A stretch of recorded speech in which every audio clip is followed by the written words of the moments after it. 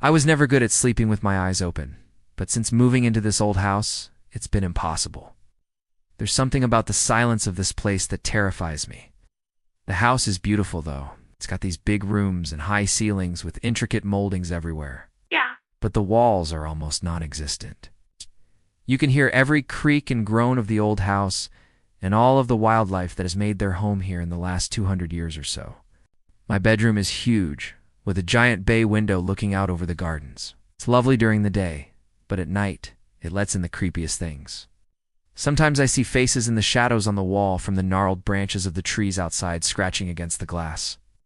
And the wind whistles through the gaps in the window frames, sounding like someone weeping. But the worst part of this room is definitely the mirror. It's an antique thing, ornately carved wood frame with a sheet of glass set in the middle, which is clouded with age. It's too big to have been used as a vanity, so I've never had much cause to look in it, and that's probably for the best. Because every night I wake up in the middle of the night and see myself standing in front of the mirror, only it's not me. It's my exact physical double, except she isn't wearing what I was wearing when I went to bed. She wears clothes that belong to another time, long skirts and a corset, but her face is always hidden behind a white veil. And then I remember why I never sleep with my eyes open. I don't think this is the ghost of any woman I might have known in life, because this apparition doesn't speak or acknowledge my presence in any way. She just stands there staring directly at me with bottomless eyes, which I can never see. And every morning when I wake up after one of those nights, I find myself inexplicably filled with dread. My premonitions are never specific, but they're always unsettling, like some kind of terrible injustice that's happened or will happen soon. I just feel like something bad is coming, and it has everything to do with the mirror. So I put a blanket over the mirror each night before going to bed. I don't want to see her anymore. But lately my dreams have changed. Now I'm back in the 1800s and I'm living in a house like this one. The mirror isn't just an object in the room, it's an integral part of the house itself. It's built into the wall, and its purpose isn't to reflect your image, but to show you messages from the other side. That's what my ancestors thought, at least.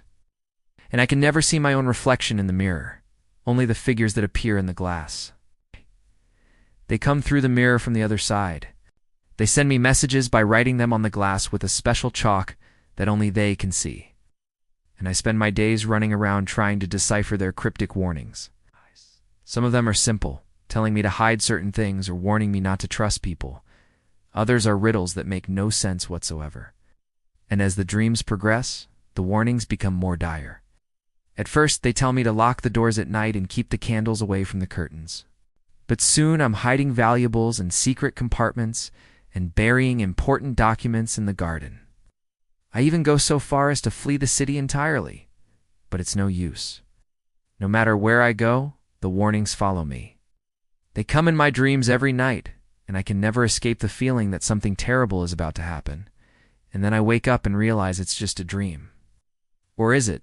Because today, when I woke up, I didn't feel like it was a dream at all. I felt like I'd just been living a double life.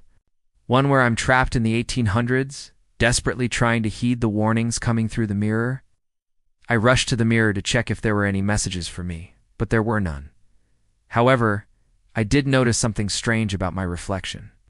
I could see the faint outline of something behind me, like the edge of a dress or the top of a hat.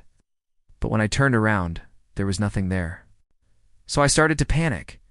What if the mirror wasn't just a window into another time? What if it was actually a doorway? Because that's why I feel so tired all the time. Because something or someone is draining my energy. Every night while I'm asleep, I keep trying to pull myself together to convince myself it's just a dream. But then I hear footsteps behind me, heavy footsteps that sound like boots dragging themselves across the wooden floor.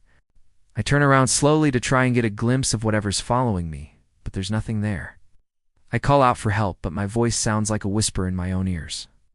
Then the footsteps start again, and I run from them.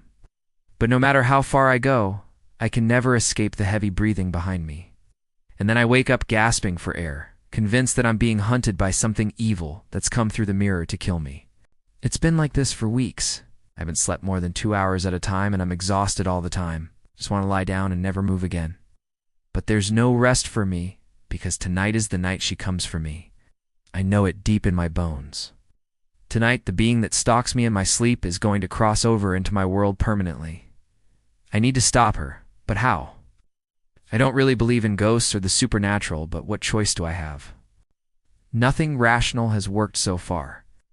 So maybe it's time to try something spiritual. First order of business, the mirror. If she's coming through there, then I need to cut off that access.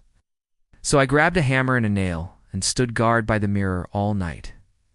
And just before sunrise, she came for me. I woke up to the sound of shattering glass and watched in relief as the mirror cracked and splintered. But then she stepped out of the shards and I screamed.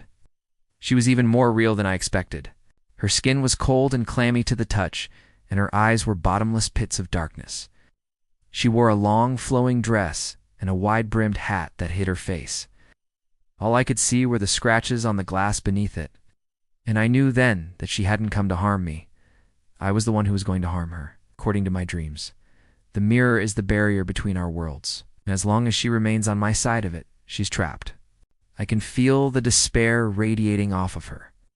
The centuries of frustration and anger that she spent watching the world change without her. And as she reaches out to me, I strike her again and again. She shrieks as she feels the pain of the nails piercing her skin, but she keeps coming forward, reaching out for me, begging me to help her. But I won't. I know this is my chance to end her torment once and for all. As the sun rises, I watch her wither away, screaming my name. And as she dies, she leaves behind a single message for me, written in blood. It reads, "You will never escape me." And then I wake up. Only it doesn't stop there, because this time I can still hear her voice echoing in my ears, begging me to release her from her prison. And then I remember the mirror. I ripped it to pieces, yes, but I didn't destroy the frame. In fact, I left it right here next to me in the bed. And now that I'm awake, I can see that the ornately carved wood is covered with the same blood-colored writing that I saw in my dreams. The message is clear: you will never escape me. I know she's right. I can feel her presence all around me now, colder than a grave and just as silent. And as she closes in on me, I can do nothing but scream.